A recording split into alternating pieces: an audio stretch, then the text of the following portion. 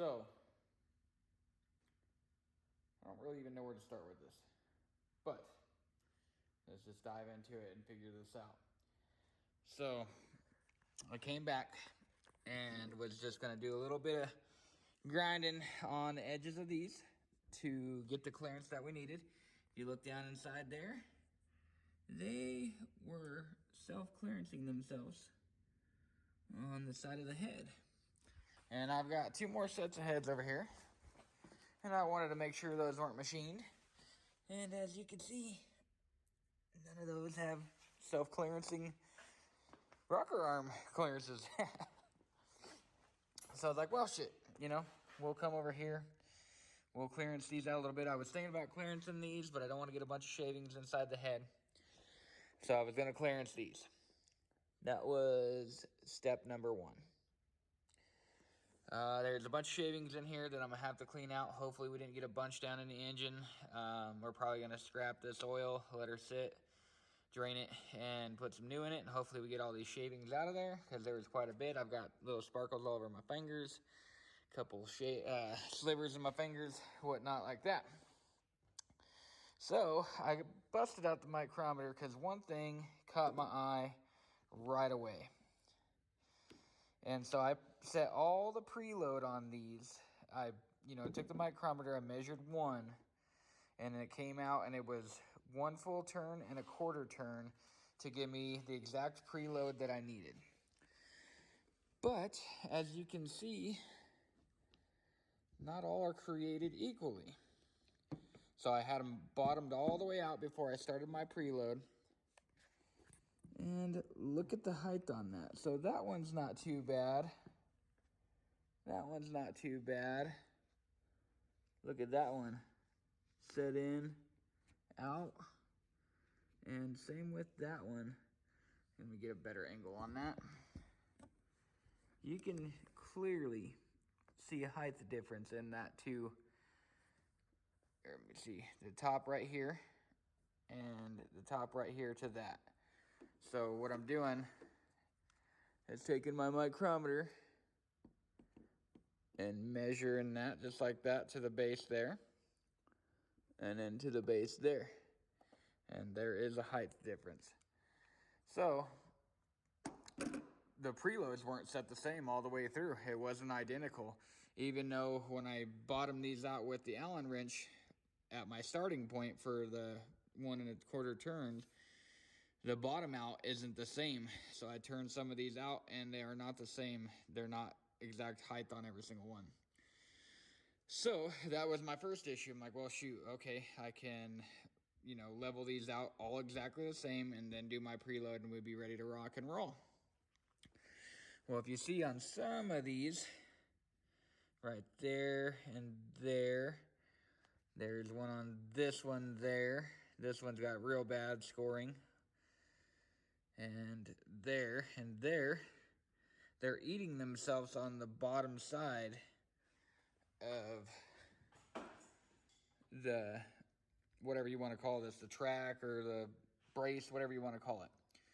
There's no marks on here, but you can see that it's been eating itself. So that is problem number 2. Yeah, you could probably go in there and clearance that. So then I was grabbing them and, some of the roller bearings in here didn't feel as good as when I installed them, which, it hasn't ran for more than 2 or 3 minutes. So, rolling them, a couple of them kind of bound up a little bit. So that, intrigued me. And I wanted to do a couple more measurements. And so what I did is I did the same thing. Took my micrometer, measured, tried to get the exact same point of measurement on both of them. So like measured on the wheel there to that side of the arm. And that one to the side of the arm. And we're talking, they were, I'd have to look back at 100 thousandths off from each other. So you have 100 thousandths there.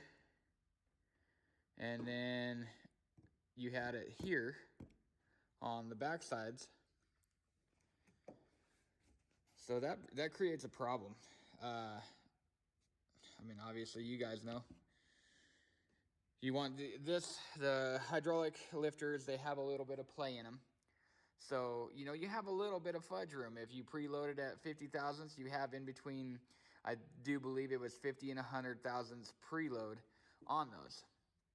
So, you know, you have a little bit of fudge room if it isn't exact, but some of them were so far off that either it was loose or it was tight. They weren't identical with each other. So that's a problem, in my opinion. And then the other problem, obviously, was that self-clearancing stuff. So, what do we do? What do we do? I've got the original LS rockers, which I've done a lot of research on them. Everybody says those are actually a great rocker arm. I've got the Comp Cams Trunnion upgrade kit. We can set that up and check our push rod length and see if we have the right push rods in house. That's the big problem I have right now is I've actually invested in a lot of things to make these piles of shit work. You know, we bought the new valve covers because we had to make clearance for these. We bought the new push rods, ordered 2 different sets along the way to make those work, you know, so on and so forth. So we've really pushed the limit to try to get these things to work and, you know, just keep kind of like backtracking. Yeah, I don't know. I got these from my buddy. He had bought the whole kit to build this motor but never fully assembled it. So I'm not sure where he bought these. Maybe some Amazon cheap piles of crap is what I'm assuming, because, you know, these are the type of thing that's got to be in spec, machined to each other, and so on and so forth. And they are not. They are not created equally. So that creates a problem. So, man, I mean, the reality is it's telling me to go and put the original rocker arms back on, find push rod length, and then just upgraded trunnions. I did have those saved in that box over there, and that was going to be for Katie's build for her truck. You know, because that's going to be something big that's coming up, and we were having that saved, but ultimately we got a lot of money into this race car. We want it right. So, shit.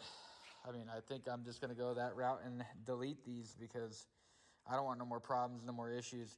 You know, say we do make these work and then the roller bearings go out and these bearings or one breaks off and then it causes a bunch of problems and catastrophic failure in the engine. You know, so on and so forth. You know, it could be an endless story of why we shouldn't use these. As much as I want to, I guess we're not going to use them. So, let's, this sucks. But we want to make it right. We've got too much into this to not make it right. So, let's jump into it, I guess. We'll get some valve lashes done. Or not valve lash, but some push rod length measurements done. And see what I'm going to need. Hopefully I have them. I have a few different lengths here in house. I'd have to hate to order another one. But if I got to, I guess I got to. So, man, I got slivers all my freaking thumbs and stuff. It hurts. Sweet. Let's get started. All right, guys and gals, we are good to go. So it took me a little bit. I had to get the lifters bled, which was kind of a task. So what I had to do is take the rocker arm, bolt it down with the longer push rod in it, and then turn the motor over to where the spring was starting to push down, and then let it bleed the lifter out. After we got the lifter bled, I was able to do push rod length, and it looks like the 7.4s that I originally had, right there, are going to work. I did the math, and we are going to be about 86.5 thousandths of preload. And so I looked online. A lot of guys say somewhere right around 60. But the lifter preload, and a lot of people are running it, they're actually saying anywhere from 60 to 100 thousandths. And I've even seen some of the guys talking and say that they've ran 120 thousandths. So I feel safe with our 86.5 thousandths. I think we'll be good there. So happy with that. I did check multiple holes. I should go through and check them all just to be safe, and that may be a thing. I'm gonna have to wait for them to bleed out though on the other side, but I trust if, you know, 4 out of the 8 on this side are all 4 or 7.4, then I trust they'll should all be about the same. So that is it. Push rod length is measured, preload, all that good stuff is measured, so we're good to go. So I'm going to call that for this video, the startup video, the problems, the bullshit, all the little things that come along with this video. I am excited. I got to hear the motor run. That gives me tons of motivation to finish this thing up. So we're going to keep rocking, but I want to end this video because it's going to be a long one. But the next video we'll start back up with putting the upgraded trunnion kit in these rockers and getting this thing buttoned back up, putting a new tune on it, and getting it ready to go. So don't forget to hit that subscribe button. We are trying to hit 1,000 by the end of the year, so make sure you hit that bad boy. We're going to be doing some giveaways. I think the next video I'm going to start talking about giveaways and stuff like that. Things I have that are brand new but are just laying on the shelf. So make sure you hit that like and subscribe button. Comment if you see anything that I'm doing stupid, whatever. I don't care. Let me know. We'll see you guys next